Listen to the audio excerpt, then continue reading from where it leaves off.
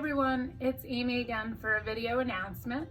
Today this video is not to announce a B Award winner or a Daisy Award winner, but it's just as important.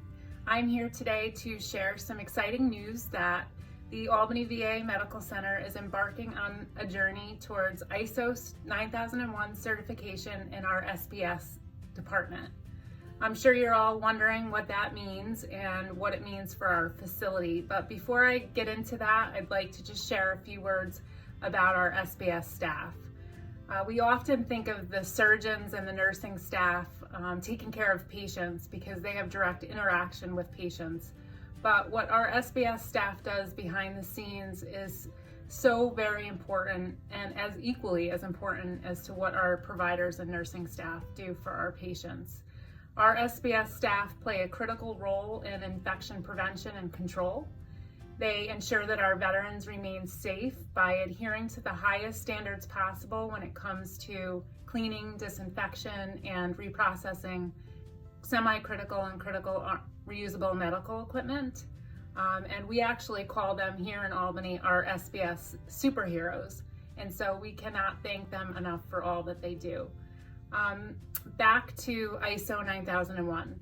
In a nutshell, ISO 9001 is one of the most widely used e-quality management systems in the world today. And it's a system that will help Albany to strengthen and improve and standardize our current operations within our SBS department. One would think it couldn't get any better, but it could. And so ISO 9001 certification will mean that Albany VA has met very strict standards and all of the requirements of the quality management system. And this will, again, ensure that we are providing quality products and delivering quality services at all times to our veterans and to our stakeholders. And achieving ISO 9001 is just another way the organization has made a commitment towards zero harm and high reliability. So it all kind of makes sense. To kick off ISO 9001, SBS leadership, Glenn LeBlanc and Stacy Mapstone, and myself as your ISO 9001 executive champion, would like to just share some components of our ISO 9001 communication plan. And this plan is really just done to ensure that we're driving information and disseminating information about ISO 9001 initiatives and any changes that take place to the right people who are our stakeholders, so they know how this will affect their work and their current work practices.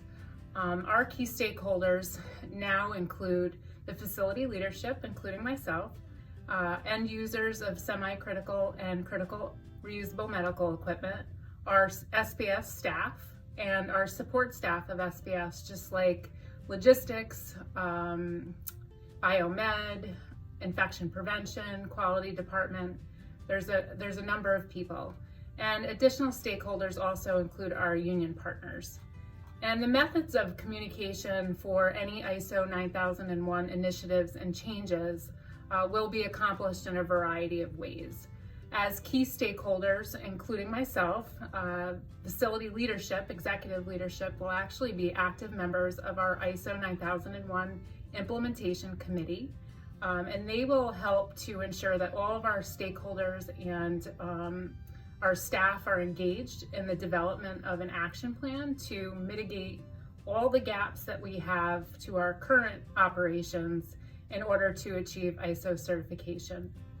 Our frontline staff, including our end users of RME and our support staff of SBS, will continuously receive up-to-date information on ISO 9000 initiatives and changes as well through a variety of different ways, including specialized training on the EQMS system itself, because they are the key stakeholders that will assist us to closing the gaps to meet all of the standards required of ISO 9001.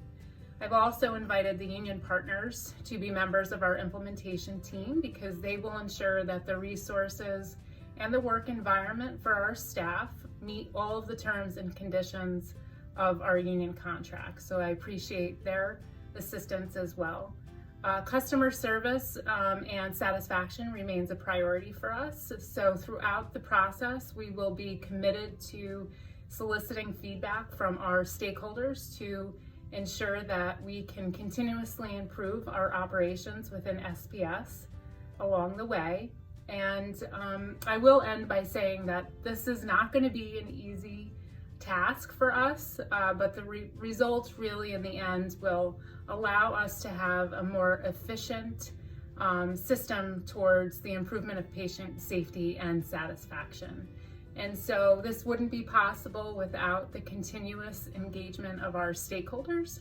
And I just want to say thank you for your commitment in advance, for assisting us with implementation and towards the continuous improvement of patient safety and your commitment to zero harm. Thanks, everyone.